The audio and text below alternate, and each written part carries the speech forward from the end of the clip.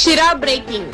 ಶಿರಾನಗರದ ವಿವೇಕಾನಂದ ಕ್ರೀಡಾಂಗಣದಲ್ಲಿ ಇಂದು ನಡೆದ ರಾಷ್ಟ್ರೀಯ ಹಬ್ಬವಾದ ಗಣರಾಜ್ಯೋತ್ಸವ ಕಾರ್ಯಕ್ರಮದಲ್ಲಿ ಬ್ಯಾಂಡ್ ಸೆಟ್ ವಿಭಾಗದ ಸೆಂಟ್ ಆಂಡ್ ಶಾಲೆಯ ವಿದ್ಯಾರ್ಥಿನಿ 9ನೇ ತರಗತಿಯ ಬಿಂದುಶ್ರೀ ವಿದ್ಯಾರ್ಥಿಯು ಶಿರಾನಗರದ ಸ್ವಾಮಿ ವಿವೇಕಾನಂದ ಕ್ರೀಡಾಂಗಣದಲ್ಲಿ ಶಾಲೆಗಳ ಪಥಸಂಚಲನ ನಡೆಯುವ ವೇಳೆ ಕುಸಿದು ಬಿದ್ದಿರುವ ಘಟನೆ ನಡೆದಿದೆ. ತಕ್ಷಣವೇ ಎಚ್ಚೆತ್ತುಕೊಂಡ ಶಿಕ್ಷಕರು ಹಾಗೂ ಶಿರಾನಗರದ ಠಾಣೆಯ ಸಿಪಿಐ ಪ್ರವೀಣ್ ಕುಮಾರ್ ತಕ್ಷಣವೇ ತಾಲೂಕು ದಂಡಾಧಿಕಾರಿಯವರ ಸರ್ಕಾರಿ ವಾಹನದಲ್ಲಿ ಶಿರಾನಗರದ ಸರ್ಕಾರಿ ಆಸ್ಪತ್ರೆಗೆ ಕರೆದೊಯ್ದು ಚಿಕಿತ್ಸೆ ಪಡಿಸಲಾಯಿತು.